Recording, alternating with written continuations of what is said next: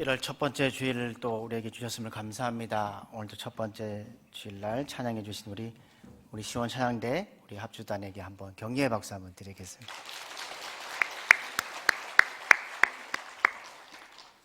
예, 주일 예배 바뀐 건요 딱 하나입니다. 성경 봉독 다음에 찬양대가 들어갔다는 것밖에 없습니다. 기억해 주시고 함께 입력해 주셨으면 좋겠습니다. 옆에 분하고 한번 인사하겠습니다. 우리 교회는 은혜가 있는 교회입니다. 한 번 더 인사하겠습니다. 우리 교회는 행복이 있는 교회입니다. 2024년 새해를 시작하면서 또 이 한 해가 주님의 은혜 가운데 기쁨의 한 해가 되기를 주님의 이름으로 축복합니다.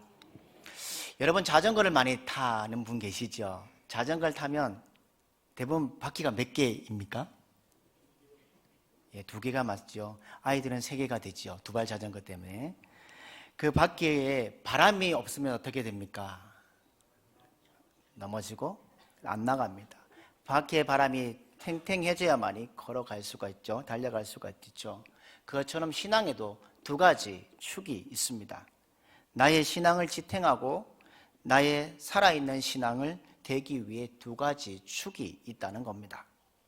이 2가지 축이 부실하면 우리의 신앙은 넘어지게 되어 있다는 겁니다.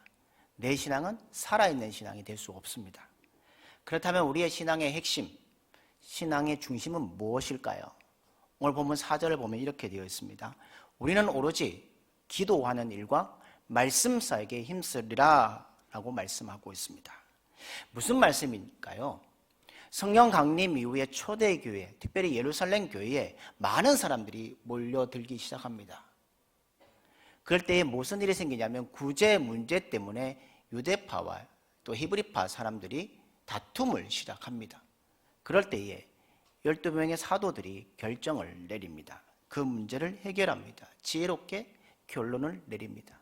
그것이 무엇이냐? 하나는 사람들에게 7집사를 세워서 재정 관리를 하게 했고, 또 하나는 믿음의 사도들은 오로지 기도와 말씀에 힘쓰겠다고 얘기했습니다. 사도들의 핵심적인 사역이 기도와 말씀인데 그 시대의 사도들의 삶이었지만 오늘날 살아가는 우리 그리스도인들도 중요한 말씀이라고 생각을 합니다. 그렇다면 이 우리 신앙의 2가지 무엇인지 말씀을 통해서 경험하는 시간 되기를 주님의 이름으로 축복합니다. 첫 번째 기도입니다. 우리는 특별 새벽기도 마지막 날 아침에 예수님은 어떻게 하셨습니까? 마가복음 1장 35절에 이렇게 말씀하시죠.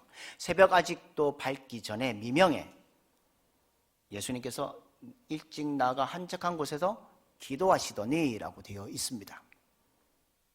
예수님은 새벽 미명에 어디를 가지고 계셨을까요? 어디에 가고 있었을까요?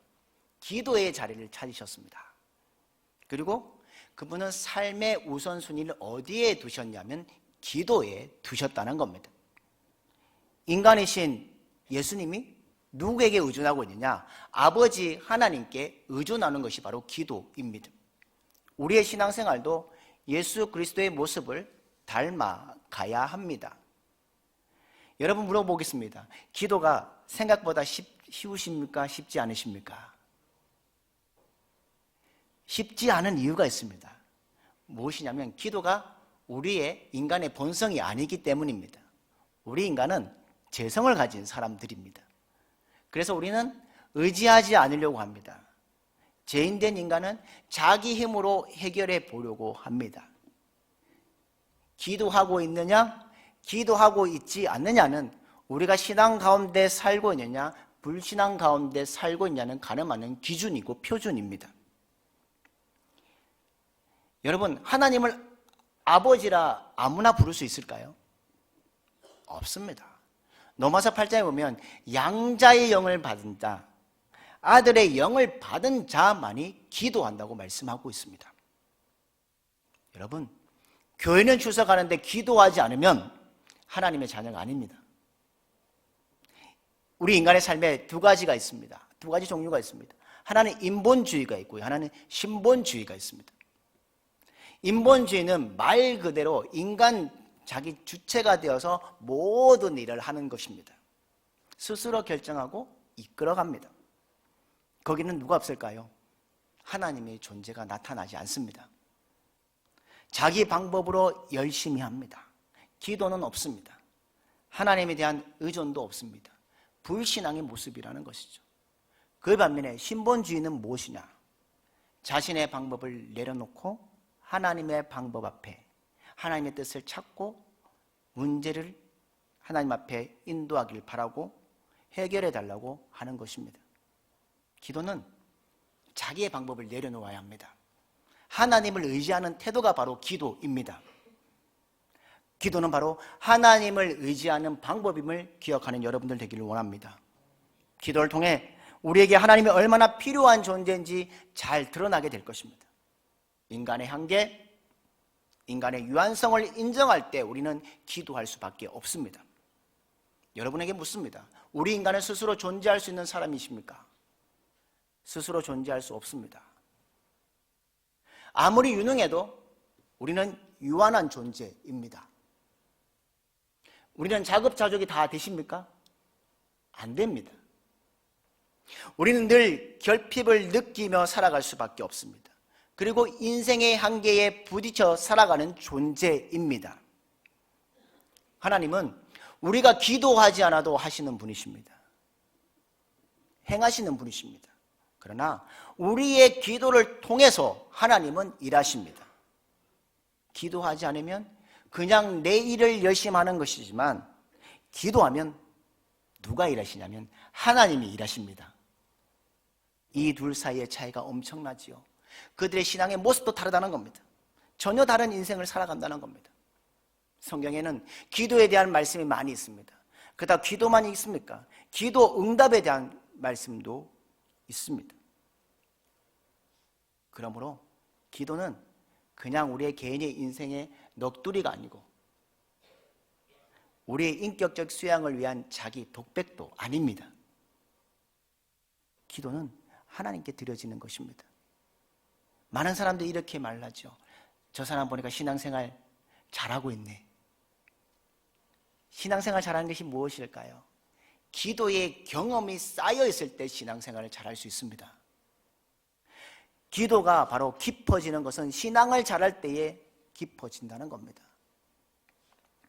그리고 우리는 어떻게 하나님을 경험할까요? 기도 속에서 하나님을 경험해야 합니다. 하나님의 친밀한 관계가 되기 위해서, 깊어지기 위해서는 기도가 필요합니다. 우리의 신앙생활에서 하나님이 구체적으로 경험하는 그 바른 기도의 생활하는 여러분들 되기를 주님의 이름으로 축복합니다. 기도는 하나님의 능력이 우리에게 흐르는 통로가 될 것입니다. 많은 사람들이 이렇게 말합니다. 하나님이 전지전능하시다. 이 교리만 믿고 이해하고 있으면 의미가 없습니다. 삶 가운데 하나님을 경험해야만이 우리는 믿음의 길을 걸어갈 수 있습니다. 그리고 삶 가운데 기도할 때에 우리의 신앙은 달라지게 되어 있습니다. 신약의 교회가 어떻게 시작되었습니까? 기도를 통해 시작되었습니다. 사도행전 1장과 2장에 보면 120명의 사람들이 하나님께 기도했습니다. 기도할 때에 무엇이 내려왔습니까? 성령 강림이 임했습니다. 그리고 신약의 교회는 출발했습니다. 그 120명의 기도는 어떤 것이었을까요? 절대적이었습니다. 결사적으로 기도했다는 겁니다. 기도 외에 모든 것을 다 내려놓고 기도에 힘쓸 때 하나님의 은혜가 그들에게 임했습니다. 신약교회의 중심이 기도했던 것처럼 우리의 삶의 중심도 기도가 되기를 주님의 이름으로 축복합니다. 여러분에게 한번 물어보시죠. 우리는 기도를 가까이 하는 분이십니까? 기도를 멀리 하시는 분이십니까? 대부분의 사람들은 기도를 멀리 하는 습성이 있습니다. 왜냐하면 인간은 어릴 때부터 자기를 신뢰하기 때문입니다. 자기를 믿고 있고 노력하며 자라갑니다. 자기가 확신하고 자신이 모든 것을 알면 할 수 있다고 생각합니다. 그러다 보니 어떤 일이 벌어집니까? 바쁘게 살아갑니다. 여러분, 바쁘게 산다는 말은 무엇인 줄 아십니까? 하나님을 의지하지 않는다는 것입니다. 분주한 삶은 하나님을 버리는 삶과 같습니다. 하나님 없이 자신의 인생을 나아가려는 의도가 강하기 때문에 분주한 삶 가운데 살게 되고, 분주한 삶 속에 누구가 존재하지 않냐면 하나님이 존재하지 않습니다. 우리의 능력이나 열심히 강조되는 곳에 기도가 소홀히 됩니다. 기도할 시간이 없다고들 합니다. 많은 사람들은 이렇게 얘기하는 사람도 있습니다. 오해합니다. 기도는 한가하신 어르신들만 하는 거라고 오해하는 사람들이 있습니다. 오해하지 마십시오. 기도는 함께 해야 합니다. 종교개혁자 선구자 마틴 루터는 이런 말을 했습니다. 만약 내가 매일 아침에 2시간을 기도하지 않으면 그날이 사탄이 나를 하루를 지배하는 날이다. 그래서 나는 일이 너무 바빠서 많아서 하루에 3시간을 기도하지 않고는 다른 일을 할 수 없다. 그러면서 나는 너무 바빠서 뭐한다? 기도한다 라고 했습니다. 바쁘기 때문에 우리는 더욱 기도에 힘써야 합니다. 기도는 우리의 삶의 핵심이며 최상의 방법입니다. 어려움이 생길 때 기도합니다.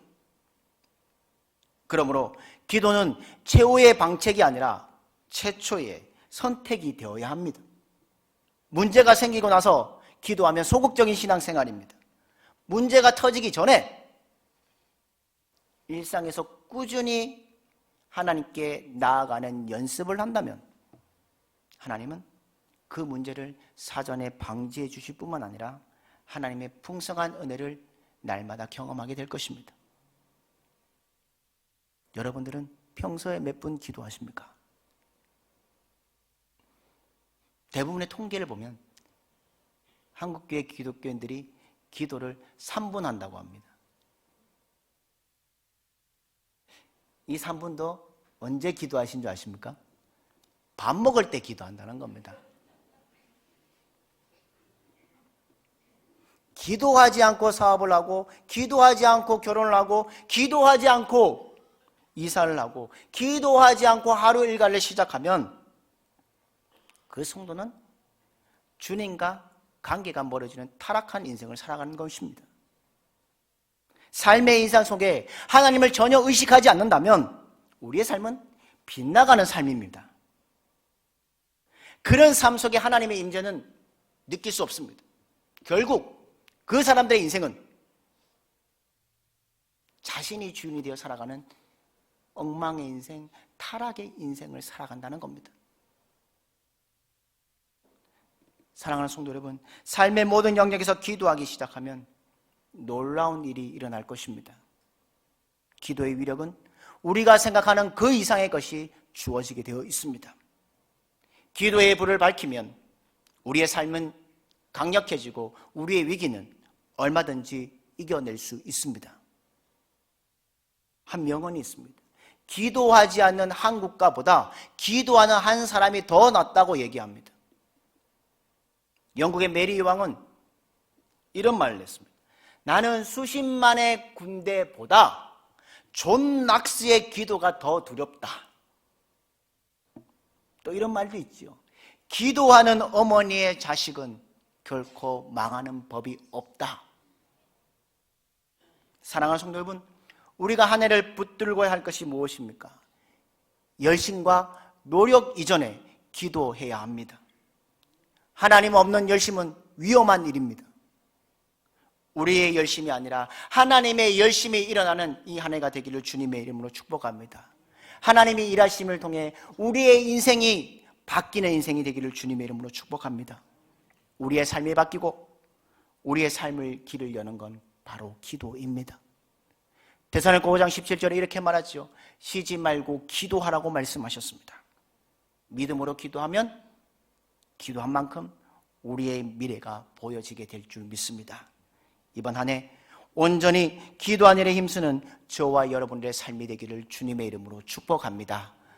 두 번째로는 말씀입니다. 말씀을 붙들어야 합니다. 주님께서 공생애를 시작하기 전에 40일 동안 금식 기도하셨습니다. 금식 기도한 후에 마귀가 찾아옵니다. 첫 번째 시험이 무엇입니까? 내가 하나님의 아들이거든. 이 돌들을 명령해서 뭘로 만들려고 하죠? 떡이 되게 하라고 했습니다. 대단한 유혹이지요. 40일 동안 금식하고 나면 어떤 상태일까요? 여러분들은 금식해 보셨습니까?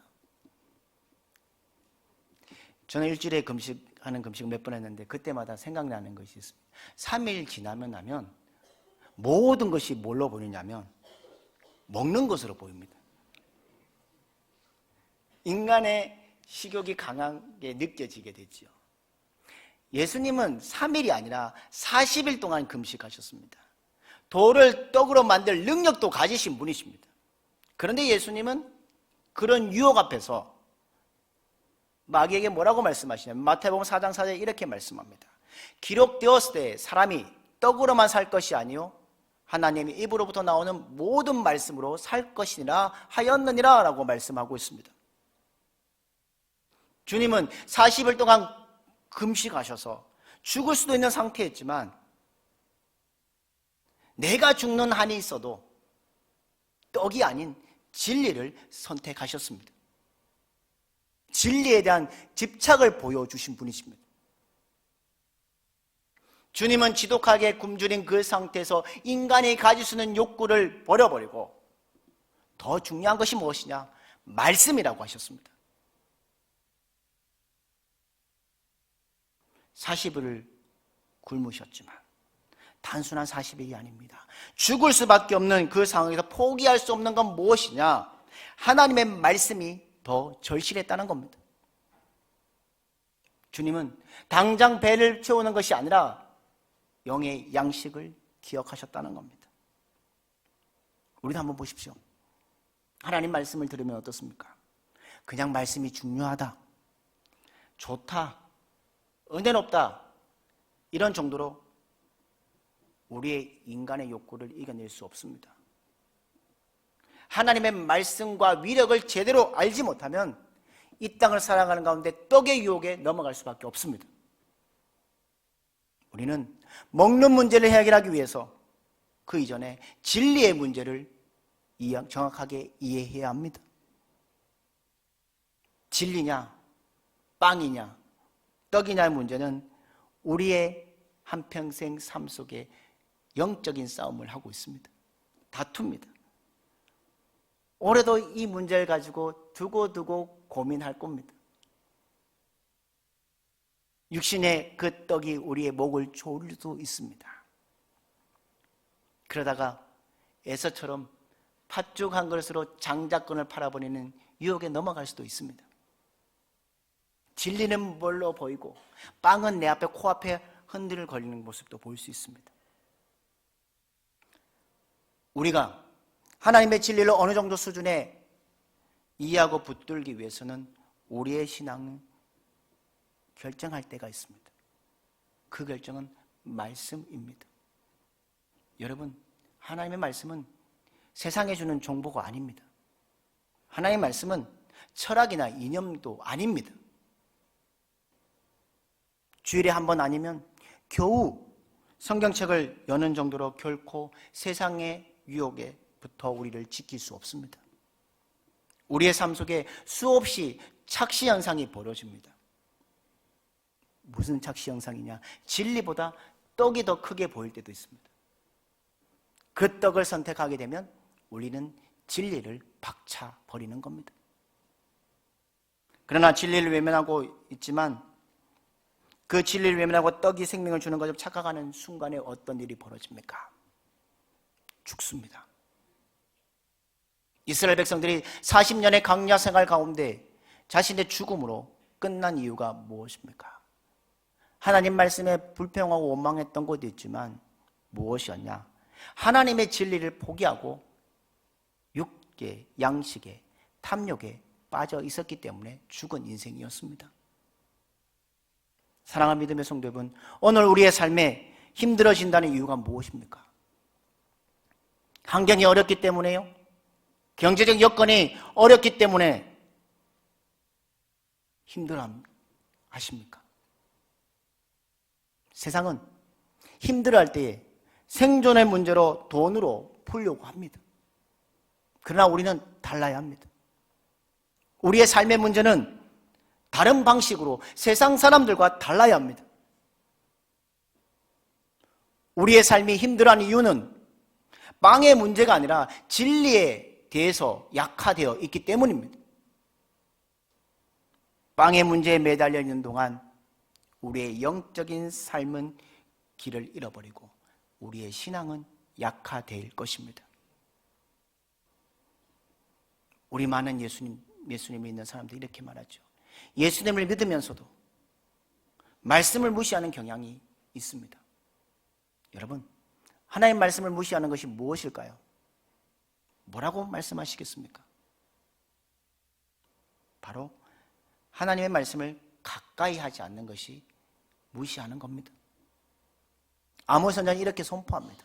아모스 8장 11절에 주 여호와의 말씀이니라 보라 날이 이를지라 내가 기근을 땅에 보내리니 양식이 없어 주림이 아니요 물이 없어 가람이 아니요 여호와의 말씀을 듣지 못한 기갈이라 라고 말씀하셨습니다. 기갈 중에 가장 기갈은 하나님 말씀을 듣지 않는 것입니다. 말씀이 끊어져 버렸다는 겁니다. 이것이 재앙입니다. 육신의 양식이 채워졌다고 해도 사람이 살 수 있는 건 아닙니다. 인간이 먹을 것을 쌓아놓고 행복해지셔도 그것의 인생이 행복한 것은 아닙니다.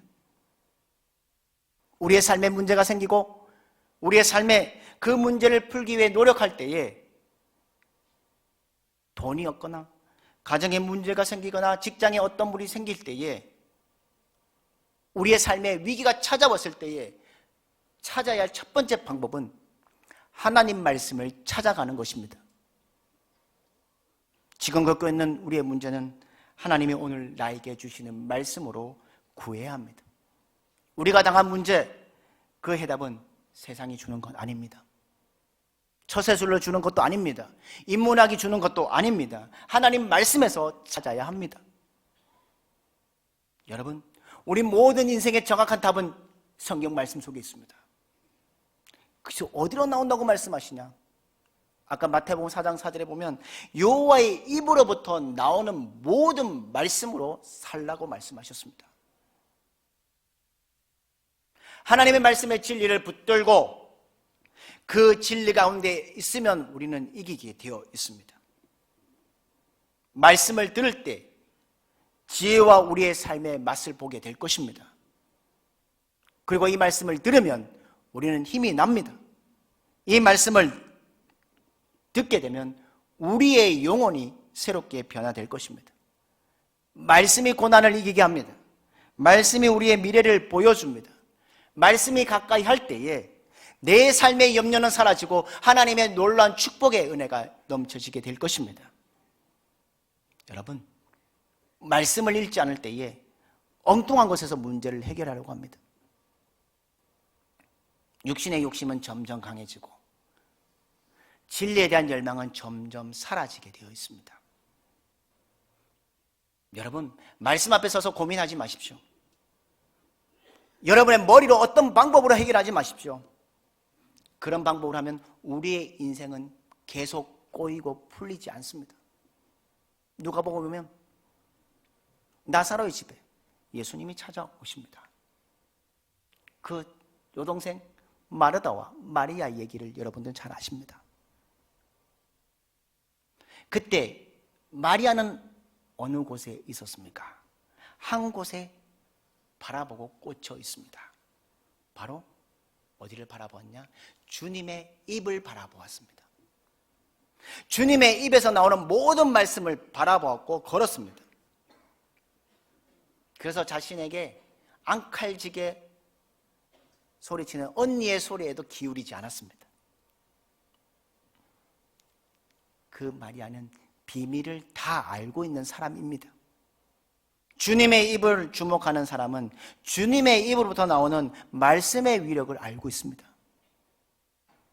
그래서 마리아는 전적으로 그분의 발치 앞에 앉아 있었습니다. 그분에부터 흘러나오는 말씀은 단순한 소리가 아니라 생명이고 능력이고 구원임을 알았다는 겁니다.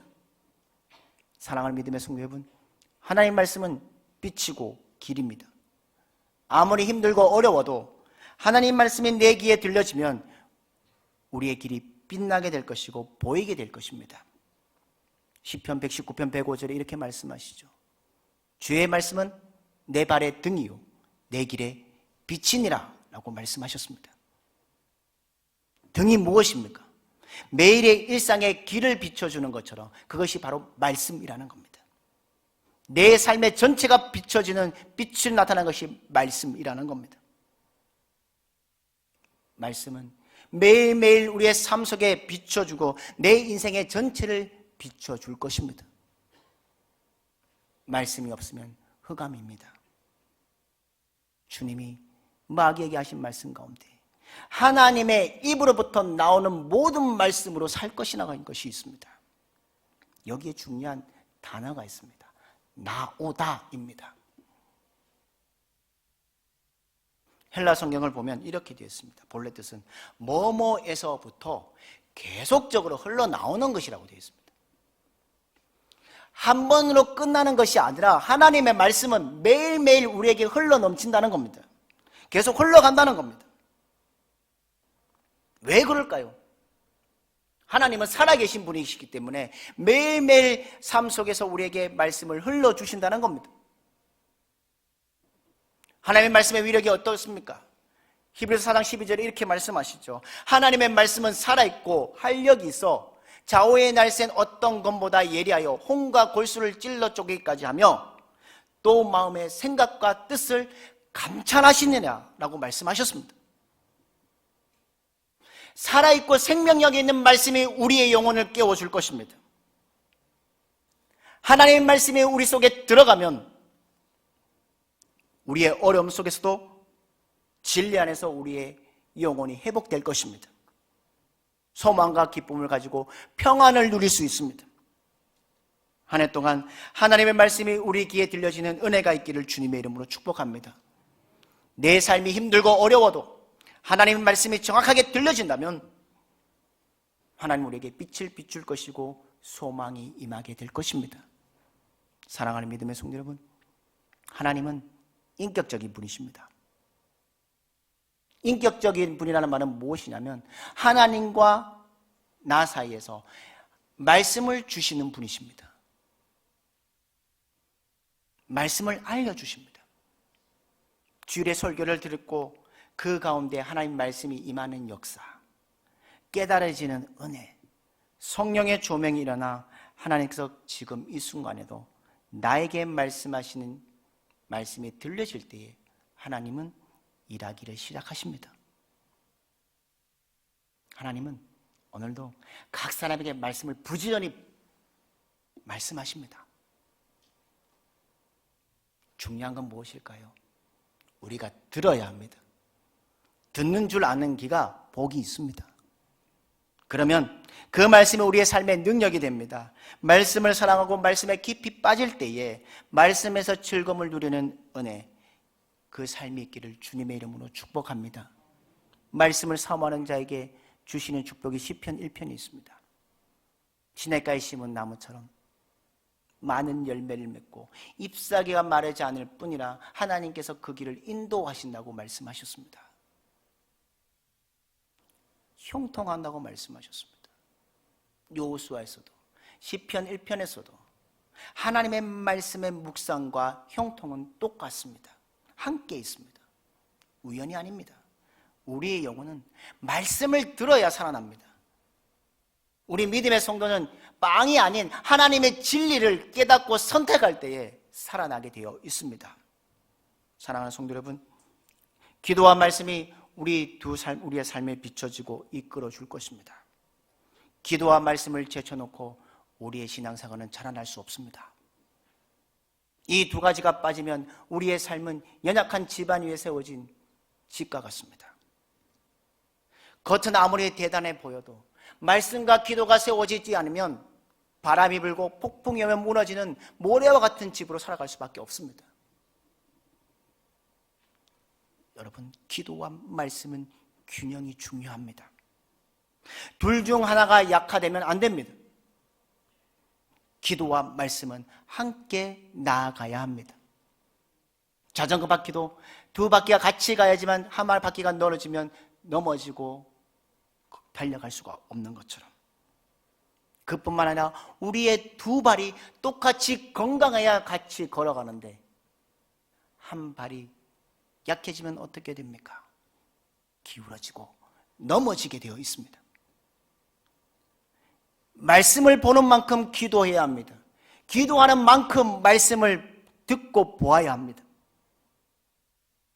기도는 말씀 안에 깊어지게 될 것입니다. 기도가 깊어지면 말씀을 보게 되어 있습니다. 말씀을 가지고 기도해야 합니다. 말씀이 풍성해지면 기도가 풍성해집니다. 말씀을 보는 사람이 기도해야, 그리고 기도함을 통해 말씀이 강화되고 깨달음이 깊어질 것입니다. 둘의 균형을 가지고 살아가야 합니다. 똑같이 균형하지 않으면 우리의 삶은 연약해집니다. 사랑하는 믿음의 성도 여러분, 우리는 불확실한 시대를 살고 있습니다. 믿을 수 있는 것이 없습니다.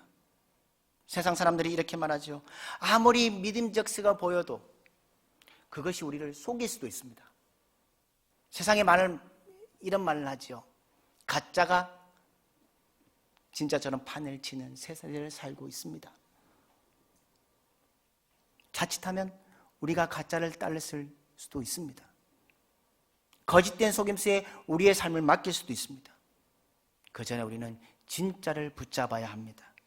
말씀과 기도의 긴장감을 높이며 살아가야 한다는 겁니다. 느슨하게 붙들고 있는 애매한 신앙생활은 세상을 이길 수 없습니다. 나도 확신하지 못하는 진리로 어떻게 세상과 승부할 수 있겠습니까? 기도와 말씀에 집중하는 여러분들 되기를 원합니다. 우리가 조금이라도 느슨한 상태가 있으면 그 틈을 누가 들어올까요? 사탄이 공격합니다. 지금도 이단들은 느슨한 우리의 틈을 통해서 교란 작전을 펼칩니다. 진리보다 눈앞의 떡에 정신 잃고 살아간다고. 또 말씀과 기도의 끈이 느슨해지면 아차하는 순간에 하나님 말씀으로부터 멀어지게 될 것입니다. 아차하는 순간에 하나님과의 만남의 기도의 시간이 자리가 멀어지게 될 것입니다. 세상은 미혹한 영으로 가득 차 있습니다. 진리에 굳게 서지 않으면 죽을 수밖에 없는 인생을 살아가는 이 세상입니다. 이 세상에서 이길 수 있는 방법, 기도와 말씀입니다. 다른 길이 없습니다. 세상이 혼란해질수록 더욱 하나님 말씀을 붙들고 기도하며 주님께 영광 돌리는 믿음의 성도들이 되시기를 주님의 이름으로 축복합니다. 성경은 진리입니다. 영원합니다. 성경만이 우리의 삶의 빛이고 등입니다. 또한 기도에 힘쓰십시오. 바쁠수록 기도하십시오. 우리의 삶의 해답은 바로 말씀과 기도에 있음을 기억하는 여러분들 되기를 주님의 이름으로 축복합니다. 올해 우리 대조절기의 표어가 무엇입니까? 말씀과 기도로 든든히 서가는 교회입니다. 교회만인 말씀과 기도로 든든히 서면 안 됩니다. 나의 삶이, 내 인생이 올 한 해는 말씀과 기도로 든든히 서는 여러분들 되기를 원합니다. 그 믿음의 성도들이 가득한 교회가 되고 그 믿음으로 이 지역의 복음의 역할을 감당하게 될 것이고 이 나라와 이 민족을 향해 나아갈 수 있는 교회가 될 것입니다. 올 한 해 신앙의 두 가지 축인 말씀과 기도에 열심을 다해서 2024년 마지막 송구영신 예배 드릴 때 하나님, 올 한 해는 하나님 말씀과 기도로 온전하게 살았습니다라고 고백할 수 있는 믿음의 성도들이 되시기를 주님의 이름으로 축복합니다.